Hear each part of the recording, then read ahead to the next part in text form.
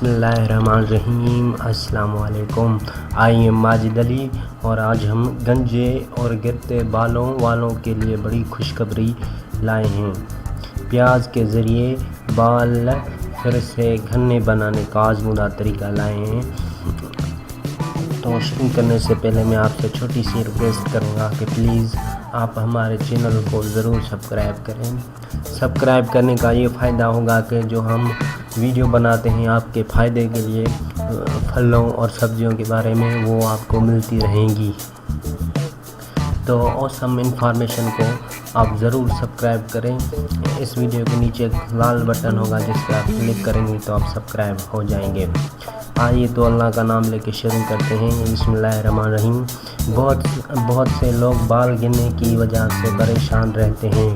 اگرچہ روزانہ 50 سے 100 بال گرنا معمول کی بات ہے، لیکن زیادہ بال گرنے سے لوگ خاصی پریشان ہو جاتے ہیں۔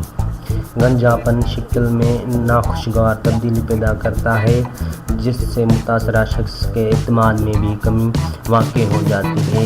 یوں تو بالوں کو گرنے سے بچانے کے کئی طریقے ہیں جو بالوں کو گرنے سے تو وقتی طور پر روک دیتے ہیں، لیکن ان کے بالوں پر مؤثر اثرات بھی مرتب ہوتے ہیں۔ آج ہم آپ کو پیاز کی اس خصوصیت سے آگاہ کرنے جا رہے ہیں جو نہ صرف آپ کے بالوں کو گرنے سے روکتے ہیں بلکہ گرے ہوئے بال واپس لانے میں بھی معاون ثابت ہوتے ہیں، اور اس کا کوئی مؤثر صحت پھلوں بھی نہیں۔ آپ پیاز کا جوس نکال کر اس سر پر لگا سکتے ہیں یا پھر اسے دیگر جڑی بوٹیوں میں ملا کر بھی استعمال کیا جا سکتا ہے۔ پیاز میں سلفر وافر مقدار میں پایا جاتا ہے جو کھوپڑی پر لگانے سے دوران خون کو بہتر بناتا ہے اور اس سے کولاجن ٹشوز کی پیداوار میں بھی اضافہ ہوتا ہے جو بالوں کے نشو و نما میں بنیادی کردار ادا کرتے ہیں۔ آپ جوسر مشین کے ذریعے پیاز کا جوس نکال سکتے ہیں یا پھر 4 سے 5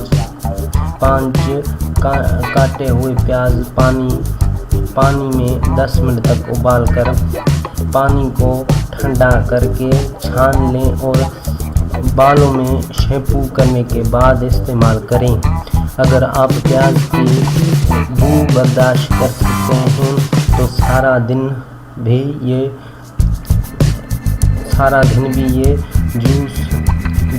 جوس سر پہ لگا رہنے دیں، لیکن اگر آپ کو اس سے پریشانی ہوتی ہے تو 1 گھنٹے بعد صاف پانی سے سر کو دھو لیں۔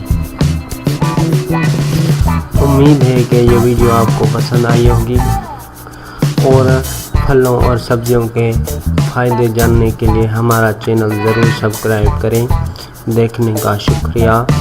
اپنی صحت اور اپنا خیال رکھا کریں۔ Thank you for watching. خدا حافظ۔